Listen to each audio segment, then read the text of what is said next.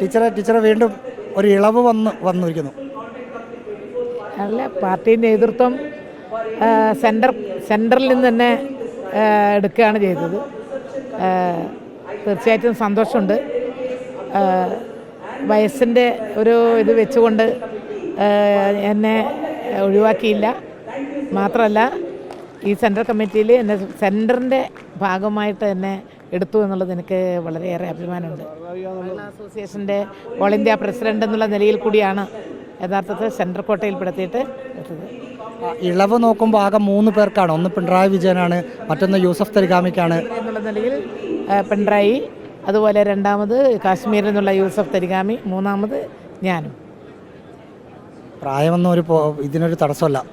അല്ല, ഒരു ഭാരവാഹി സ്ഥാനവും കൂടി ഉള്ളതുകൊണ്ടാണല്ലോ. ഞാൻ ഓൾ ഇന്ത്യ പ്രസിഡന്റ് എന്നുള്ള നിലയിൽ കൂടിയാണല്ലോ.